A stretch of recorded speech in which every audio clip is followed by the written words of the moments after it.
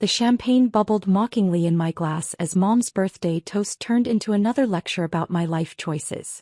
We were seated at Romano's, the upscale Italian restaurant where my family celebrated all major occasions. The same restaurant whose expansion I'd quietly funded through my venture capital firm 6 months earlier. 65 years old today, Mom announced to our table of 12, and I'm so proud of my children's accomplishments. She beamed at my brother Derek, who straightened his tie with practiced smugness. At 33, Derek was a mid-level marketing manager at a regional insurance company, pulling in a respectable $78,000 a year, a figure he'd mentioned at least 4 times since we'd ordered appetizers. Derek just closed the Morrison account, Mom continued. Biggest client his department's ever landed.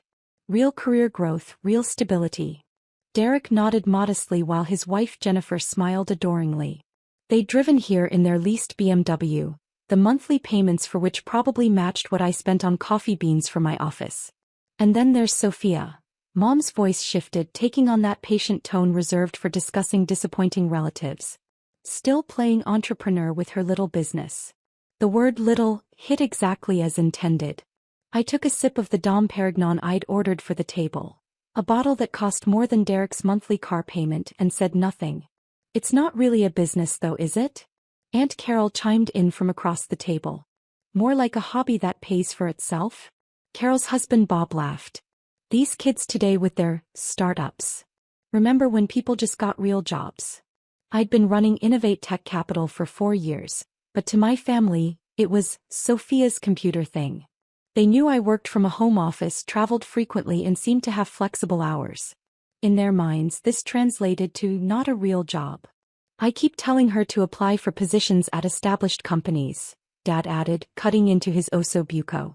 Derek could probably get her an interview at his firm. Entry level, of course, but everyone has to start somewhere. Entry level. At 29, after building a portfolio worth north of $200 million, they wanted me to start at entry level. The problem with Sophia is she's always been too independent, Mom continued, warming to her favorite topic. She needs to accept guidance from people who understand how the real world works. Derek cleared his throat importantly. I've actually been thinking about this. Sophia, I could introduce you to our HR department. Insurance isn't tech, but companies need IT support. You'd probably be perfect for help desk work. Help desk work. My brother, who still called me when his laptop needed updates, was offering to help me find a job in tech support. That's so generous, Derek, Jennifer gushed. Sophia's lucky to have a brother who cares enough to help her find real employment. I watched Derek preen under the praise, completely oblivious to the fact that my little business had just closed a series of funding round for a biotechnology startup that would revolutionize cancer treatment. The deal was worth $47 million. My commission alone would fund Derek's current lifestyle for the next decade. You know what your problem is, Sophia? Uncle Mike had apparently decided to join the intervention. You're afraid of commitment. Real success requires stability, routine, showing up to the same office every day. Mike's right, Mom agreed. Look at Derek. Promoted twice in 3 years because he understands professional responsibility. Derek's 2 promotions had resulted in a total salary increase of $12,000. Last month, my firm had been featured in Forbes as one of the top 10 VC firms reshaping technology investment. The article was framed in my office, but my family had never visited my office. I just worry about your future, Mom continued, her voice taking on that martyred quality.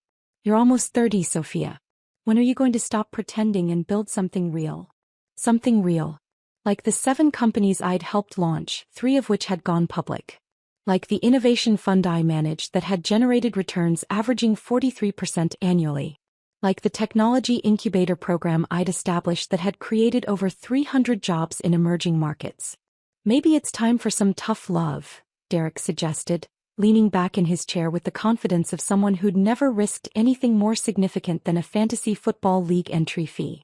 Sophia, this entrepreneurship phase has gone on long enough. You need to face reality. I set down my champagne glass and smiled. Tomorrow morning, Forbes would release their annual 40 Under 40 list. I'd received the advance notification 3 days ago, along with the request for a photo shoot and interview. My phone buzzed with a text from my assistant. Forbes feature goes live at 6 a.m. Congratulations again, boss. Perfect timing. The birthday dinner continued for another torturous hour, each family member taking turns to offer their wisdom about my career prospects. I nodded politely while they dissected my life choices with the confidence of people who'd never started anything more complex than a book club. You know who really has it figured out? Cousin Lisa said, pointing her fork at Derek. Someone who understood that success comes from working within established systems. Derek glowed under the attention. It's all about playing the long game. Building relationships, proving your value to people who matter. People who matter. If only he knew that 3 of his company's biggest competitors were portfolio companies in my fund. Exactly. Mom exclaimed. That's what I keep trying to tell Sophia. Success isn't about chasing fantasies, it's about building something lasting. Aunt Carol leaned toward me conspiratorially. Honey, it's not too late. Derek's company is expanding. I'm sure there's a place for someone with your computer skills. Computer skills. I managed a 200-person firm with offices in San Francisco, Austin, and Singapore. My computer skills had helped identify and fund the 3 fastest-growing AI companies in the biomedical sector. The thing is, Uncle Mike added, entrepreneurship is really just unemployment with a fancy name. Eventually you need steady income and benefits. Steady income. My quarterly distributions from the fund exceeded Derek's annual salary.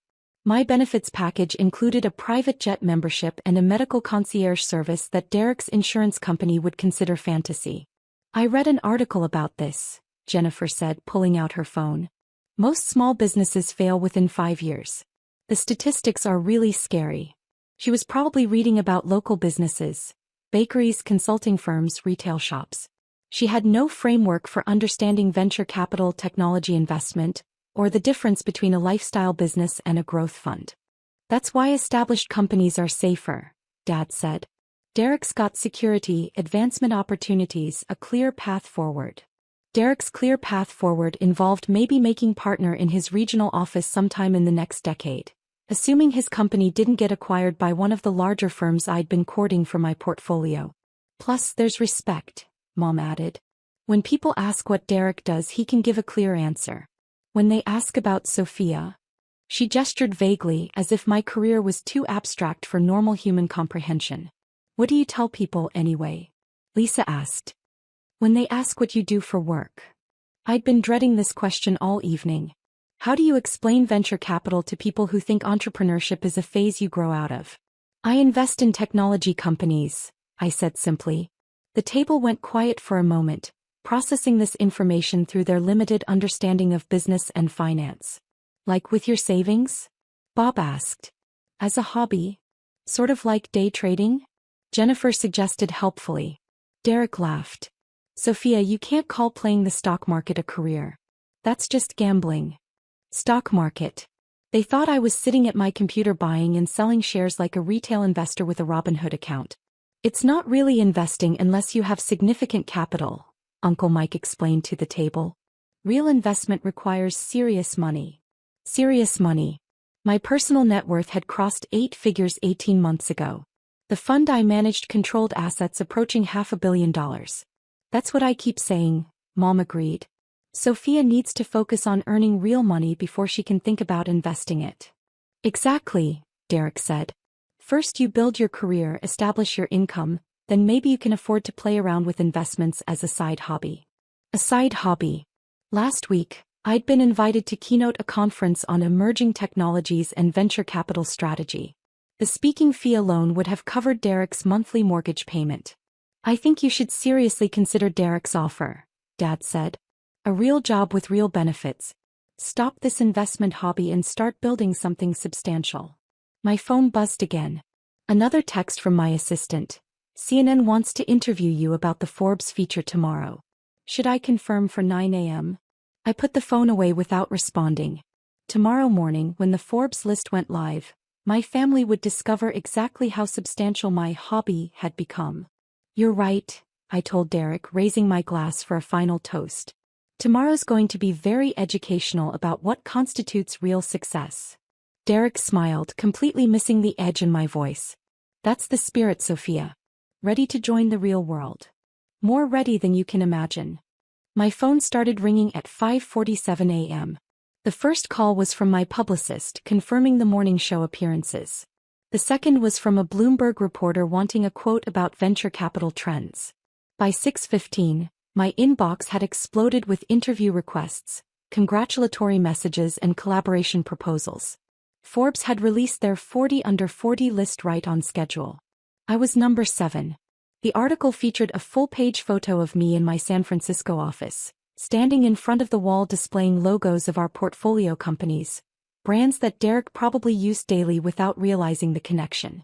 The headline read, "Sophia Chin, the venture capitalist reshaping how we think about technology investment."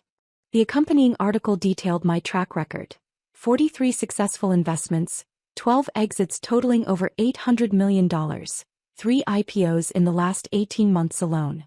They'd included quotes from CEOs calling me visionary and the most strategic investor in emerging tech. My personal net worth was listed at $34 million. At 7:23 a.m. Derek called. "Sophia." His voice sounded strained. "Did you see? Is there a Forbes article about someone with your name?" "Good morning, Derek. Happy day after Mom's birthday. Is it really you? The venture capitalist? The $34 million. I was sitting in my home office, the one they'd always dismissed as a spare room where I played computer games, watching my phone light up with calls from CNBC, Wall Street Journal, and TechCrunch. "It's me," I said simply. Silence. Then, but you said you had a small business. You said you invested in technology companies." "I do invest in technology companies. 43 of them so far. But the money, how did you?" "I built it, Derek. The same way you built your career at the insurance company, except my little hobby turned out to be worth slightly more than your annual salary." More silence. I could hear Jennifer in the background, her voice high-pitched and panicked. "Is that really her? Is that really Sophia?" "Mom wants to talk to you," Derek said finally. "I'm sure she does. Tell her I'm in back-to-back interviews with financial news outlets today. Discussing my hobby with people who matter." "Sophia, we didn't know." "You didn't know because you never asked. You decided what my life looked like and never bothered to learn the actual facts." My call waiting beeped. I have to go, Derek. Unlike help desk work, venture capital requires me to be available when opportunity calls. I hung up and took the CNN interview. By 10 a.m., I'd spoken with 4 major news outlets about technology investment trends and the future of venture capital. Each interviewer introduced me as one of the most successful young investors in Silicon Valley. At 11:30, my assistant called with an update: 12 more interview requests, including 60 Minutes. "Also, your mother has called the office 6 times asking for your schedule. Tell her I'm booked through next month. I'll call when my schedule opens up. Also, your brother Derek's company called asking about investment opportunities for their retirement plan management." I laughed. Derek's company wanted access to my fund. The same fund he'd dismissed as gambling less than 24 hours earlier. "Tell them we're not taking new institutional clients at this time." "Got it." "Oh, and Forbes wants to do a follow-up feature about young entrepreneurs building generational wealth." Generational wealth. Not bad for someone who'd been playing entrepreneur with her little hobby business. The calls from my family continued for 3 weeks. Mom left increasingly desperate voicemails explaining that she'd always believed in my potential. Dad sent lengthy emails about how proud he'd always been of my independence. Derek left stammering messages about misunderstandings and family support. I didn't return any of them. Instead, I focused on the opportunities flowing from the Forbes recognition. 3 major pension funds wanted meetings about portfolio diversification. Stanford Business School invited me to guest lecture on venture capital strategy.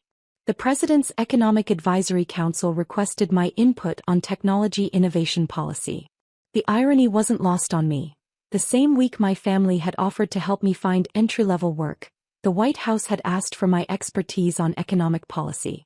A month after Mom's birthday dinner, I received a handwritten letter from her. She'd apparently learned that handwritten notes carried more weight than phone calls or emails. The letter was 3 pages of apologies, explanations, and invitations to talk things through as a family. I wrote back on my company letterhead. Dear Mom, thank you for your letter. I appreciate the apology, but I'm not interested in rebuilding relationships with people who spent years dismissing my achievements while celebrating mediocrity. Derek can keep his help desk job recommendations. You can keep your advice about real careers. I'll keep building generational wealth through my little hobby. Best regards, Sophia Chen. Managing Partner, Innovate Tech Capital. I never heard from them again. Sometimes the best investment is knowing when to cut your losses.